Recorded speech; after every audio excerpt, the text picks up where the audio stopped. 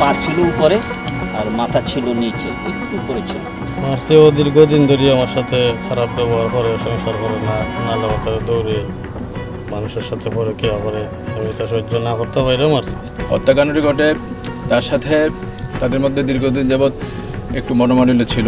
সে প্রবাস থেকে আসার পরেও তাদের মধ্যে মনোমালিন্য অব্যাহত ছিল। সে চিন্তা করে যে তাকে দুনিয়া থেকে সরিয়ে দিতে হবে, কারণ তাদের মধ্যে বিশ্বাস, সন্দেহ এবং পরকীয়াজনিত প্রেমেরও ঘটনা। তারা যেহেতু একে অপরকে সন্দেহ করতে বিষয়টা নিয়ে। ওই মহিলার আগে বিয়ে হয়েছিল, ওই সময় থেকেই ওর আর একটা বিয়ে হয়েছিল, পরে আমি বিয়ে করছি। ওই সময় থেকেই ও আমার লোকে খারাপ ব্যবহার করে। আমি ডিভোর্স দিলে যায় না, সারান দিলে যায় না, গার্জিয়ানকে ডাকলে হয় না।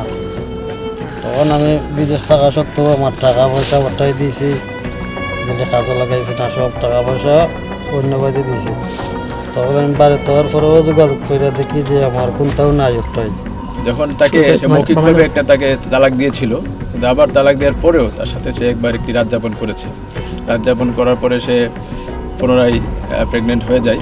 সেটা নিয়ে সে আবার তাকে চাপ দিতে থাকে। এক পর্যায়ে বিরক্ত হয়ে আরেক আলামিন নামক এক ব্যক্তির মাধ্যমে 30,000 টাকা কন্ট্যাক্ট করে এখানে নিয়ে এসে দুজন এসে তাকে গলাটিপে হত্যা করে। 4 গুণ শক্তিশালী এনজাইম ও অধিক ফেনা সমৃদ্ধ অরিক্স সিলভার ওয়াশ মাত্র 70 টাকায়। বাড়িতে হওয়ার পরে ডিভোর্স দিয়েছে, ওই ডিভোর্স মানে না, উঠটাকে মামলা ডায়েরি করে অনেক কিছু মানুষটা ভয় করবো। তখন আমি অসাহায্য হয়ে যাও রে মারার পেলাম নিয়েছি।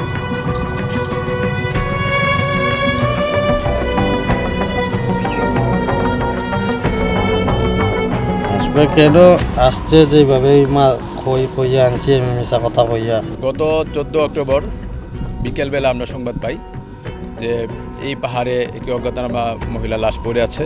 পরবর্তীতে অফিসার ইনচার্জ সহ এডিসি ক্রাইম আমরা সকলে ঘটনাস্থলে আসি।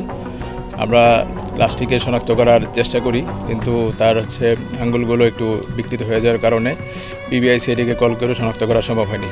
পরবর্তীতে তার একটি ব্যাগ ছিল ঘটনাস্থলের পাশে, পরিত্যক্ত ব্যাগ। ওই ব্যাগে একটি মেমোরি কার্ড ছিল।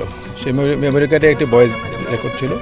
সেটাকে বিশ্লেষণ করে তার পরিচয় শনাক্ত করা হয়েছে।